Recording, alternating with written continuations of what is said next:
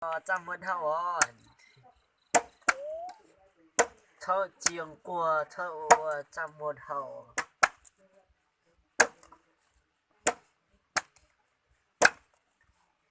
Chắc tao rồi. nó thì y là cái chân thật này Vừa bảo nè, trông chặt ở đây nè. quăng lâu đây Thấy chưa? Thấy chưa? Chán tí rồi. Má làm thế.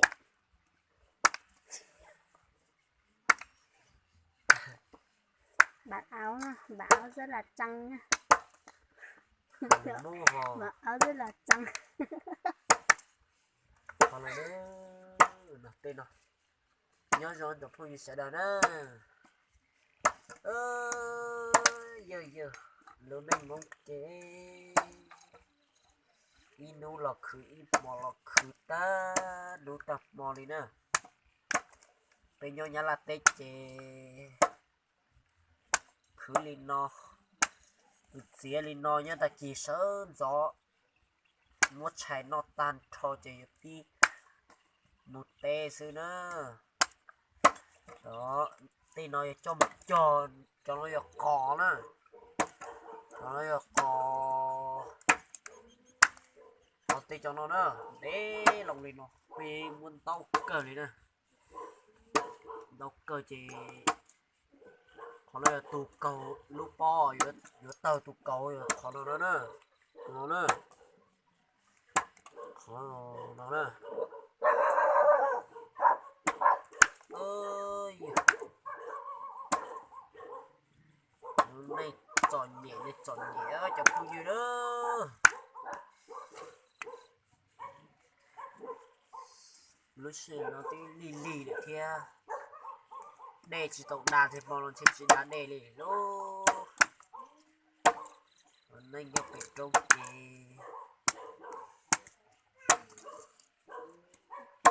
là ô tên nó sư sư là chỉ tay sư nha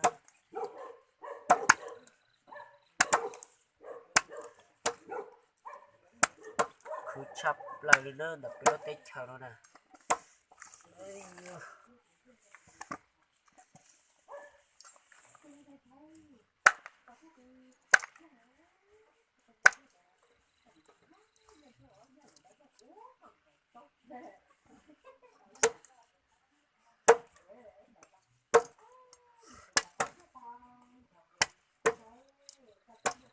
tao cơ lên nữa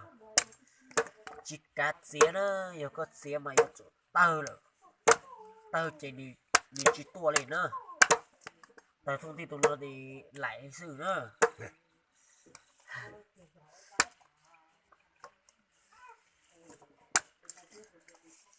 ơi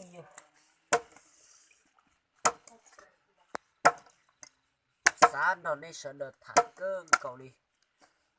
mà nó nên chế chọn nhẹ chứ không bao giờ mua tiếng ua nữa mua tiếng dìa sẽ ở chỉ mua khâu trồng mua khâu lấy li khâu này là khâu thống nữa là khâu thống rùa sẽ ở mua cho là mua cho tiếng rồi mua cho là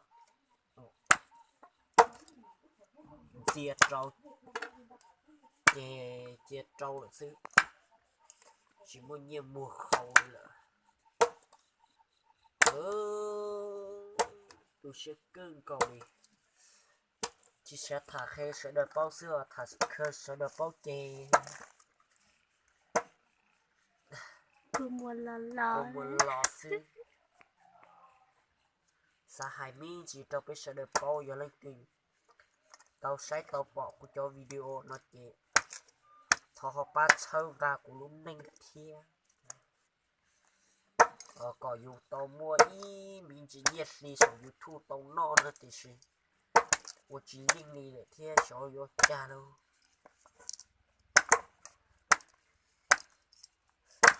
我晒到被晒的说呢，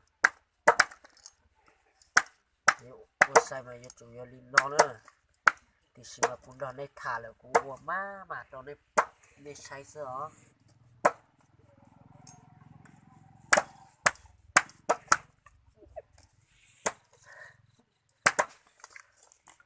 ơi chỉ tao y bờ nó nè nó ta kỳ mà cho có cứ tàn thò cái lấy pi cho cỏ lấy xứ nè